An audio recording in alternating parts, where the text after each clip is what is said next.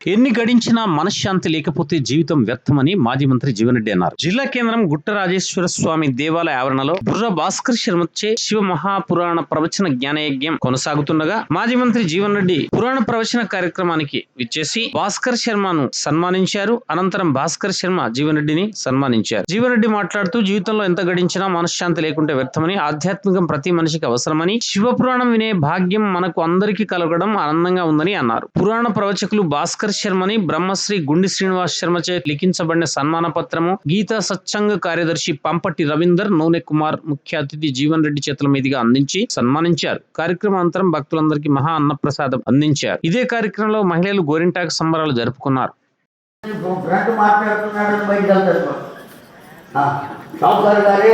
ఆ పద్ధతి తీసుకుని మీటర్లు నీకు ఆధారమైన వాళ్ళు ఎవరైనా ఉన్నారా అంటే ఆవిడ చెప్పింది, నా అమ్మ నీకు ఆధారం ఎవరైనా ఉన్నారా అంటే నా భార్య నాకు శక్తి స్వరూపుగా అతడి యందు ఉన్నది కనుకనే అన్ని కర్మలు చేయగలుగు. భవ్యమైన నిద్రపోవడానికి ప్రత్యేకమైన ప్రయత్నం చేశావా ఉంటుంది అని అర్థం. అవునా కాదా చెప్పండి. కోకిల మిగతా సమయాల్లో పాడితే వెళ్ళలేము మనం. కాకి అరుపుతో కోకిల అరుపు కూడా అంతే. ఒక్క వసంత ఋతువులోనే అది పాడగలదు, మనం వినగలదు. కనుక బిరుదు ఇవ్వకూడదు. అంతేకాదు నాట్యమయూరి అని బిరుదిస్తారు. విమర్శన ఇవ్వకూడదా?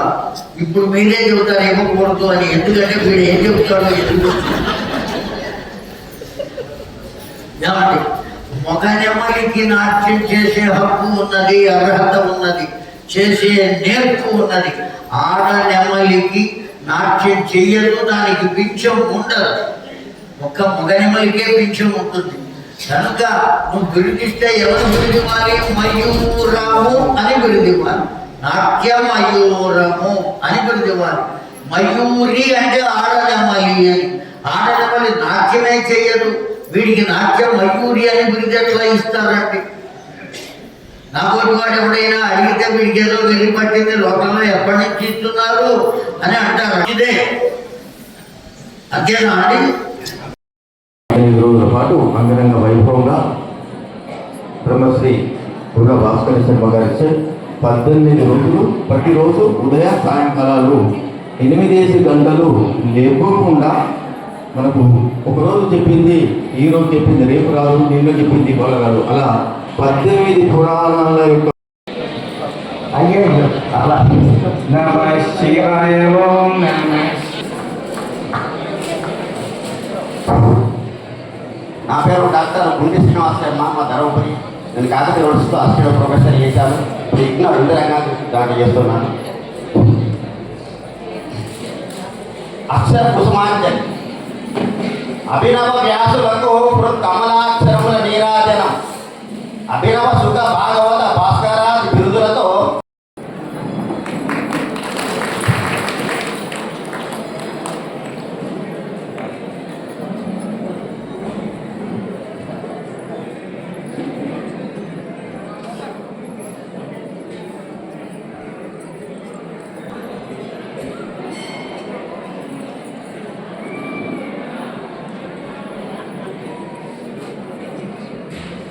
మా ఆహ్వానాన్ని మన్నించి చేసినటువంటి మాజీ మంత్రి శ్రీ జీవన్ రెడ్డి గారికి దేవస్థానం తరఫున సన్మానం చేయవలసిందిగా కోరుతున్నాం.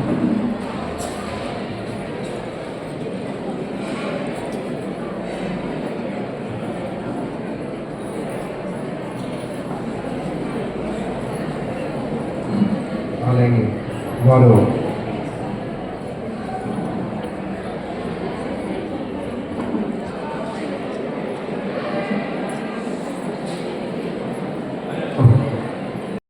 స్వామి చిత్రం చేసే అవసరం.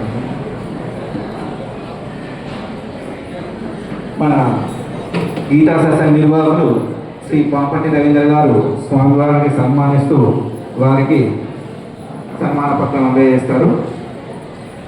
అలాగే శ్రీ బాలకి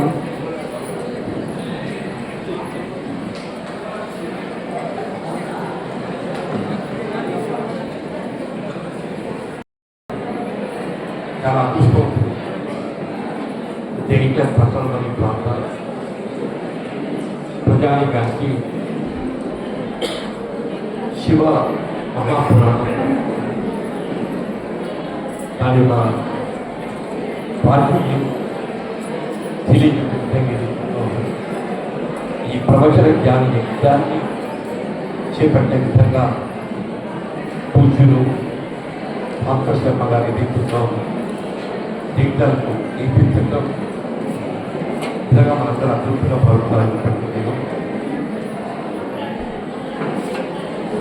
ఇలా మన జీవితంలో ఆధ్యాత్మికం అనేది అది ప్రధానమైనది. మరి ఇంతటి వారైనా కానీ మన మనశ్శాంతి అనేది ప్రధానం. మన జీవితంలో ఏం గడిస్తాము అనేది చివరికి అల్టిమేట్గా మనం ఏం గడించినా ఎంత గడించినా మనశ్శాంతి అనేది ప్రధానం. ఆ మనశ్శాంతిని మనం పొందలేనట్టయితే మనం ఎంత గడించినా కానీ మన జీవితాన్ని తృప్తి అవుతుంది.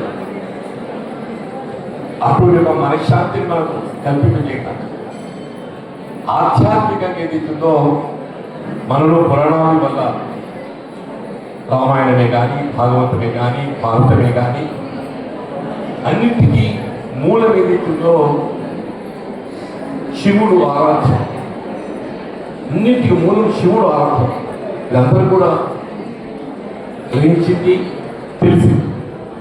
మన అటువంటి శివ పురాణాన్ని మనకు ఒకసారి మనలో జాగృతి చేసే విధంగా మనం తెలియజెప్పడానికి ఏదైతుందో భాస్కర్ శర్మ గారు మన పాత్రను గుర్తుందని చెప్పి తెలియడంతో నాకు రోజు ఏదైతుందో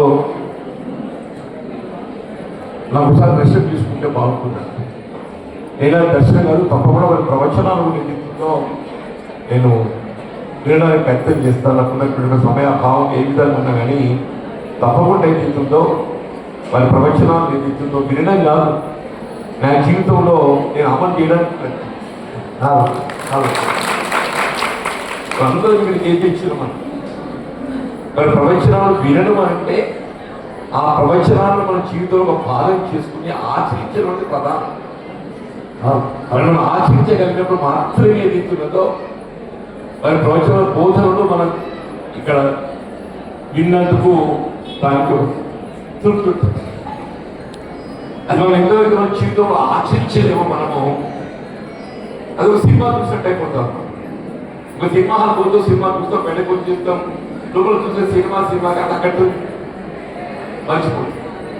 కానీ ఇది అక్కడిది కానీ ప్రవచనం మన జీవితంలో ఒక భాగం మనం ఆచరించే విధంగా మనము ఒక సన్మార్గంలో నడిపించే విధంగా వారి ఇటువంటి యొక్క మరి ప్రవచన యజ్ఞాలు ప్రసంగాలు తీరుతుందని చెప్పిన వారికి ఎంతో శ్రమ ఓడ్చి మన ప్రాంతాన్ని సందర్శించి మనందరినీ జాగృతి చేసి మన జీవితాల్లో వెలుగు నింపే విధంగా వారి జీవితంలో ప్రయత్నానికి మరొకసారి హృదయపూర్వకంగా ధన్యవాదాలు తెలుపుతూ సెలవు తీసుకోండి.